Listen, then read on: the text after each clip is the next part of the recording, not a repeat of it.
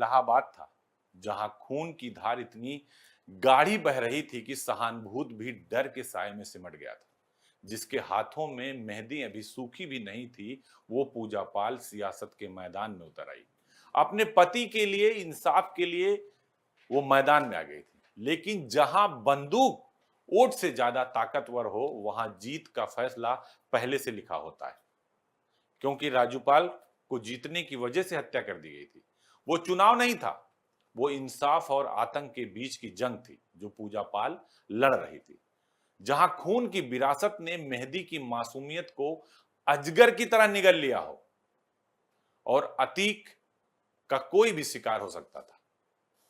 उस राजनीति की बिसात पर पूजा पाल ने संघर्ष किया और अपने पति के हत्यारों को सजा दिलाई, उनके शूटरों को सजा दिलाई। और अंत क्या हुआ, इसने सबने देखा। बेटा भी मारा गया, पत्नी फरार है, भाई की पत्नी फरार है, और जो बेटे बचे हैं वो जेल की सलाखों के पीछे हैं। क्योंकि यहां एक फरमान जारी हो चुका है, क्योंकि उत्तर प्रदेश की सत्ता की बागडोर बदल चुकी थी।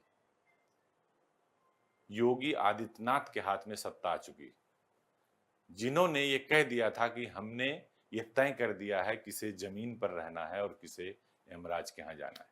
तो अतीक का भी टिकट कट चुका था।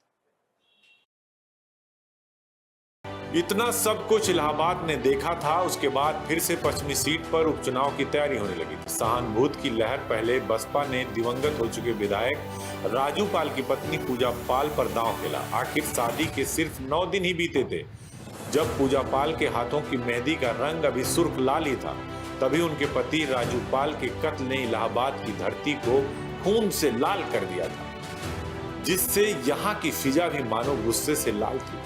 इस बीच कुछ महीने बाद ही इलाहाबाद पश्चिमी सीट पर उपचुनाव का ऐलान हो गया। बसपा ने इस सीट पर एक बार फिर जीत के लिए अपना सब कुछ दांव पर लगा दिया। तो दूसरी तरफ सपा ने पिछली बार की हार के बावजूद टिकट इस बार भी अतीक के भाई अशरफ को दिया, जिस पर आरोप था कि उसके हाथ राजूपाल के खून से रंगे हुए हैं। राजूपाल की हत्या शायद अतीक नहीं करता तो वो दोनों भाई आज की डेट में जिंदा होते।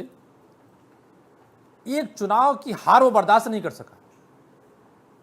बहुत सारे अधिकारी आज की डेट में कहीं कप्तान है, कहीं डिस्ट्रिक्ट मजिस्ट्रेट है। जब राजूपाल की हत्या हुई थी तो कोई वहाँ पे स्थानीय तौर पे एसडीएम सदर थे, कोई राजेश चौरसिया जी की मैं बात कर सकता हूँ, धर्मेंद्र जी की बात कर सकता हूँ जो वहाँ पे एसडीएम सदर थे, राजेश चौरसिया सीओ सिटी थे।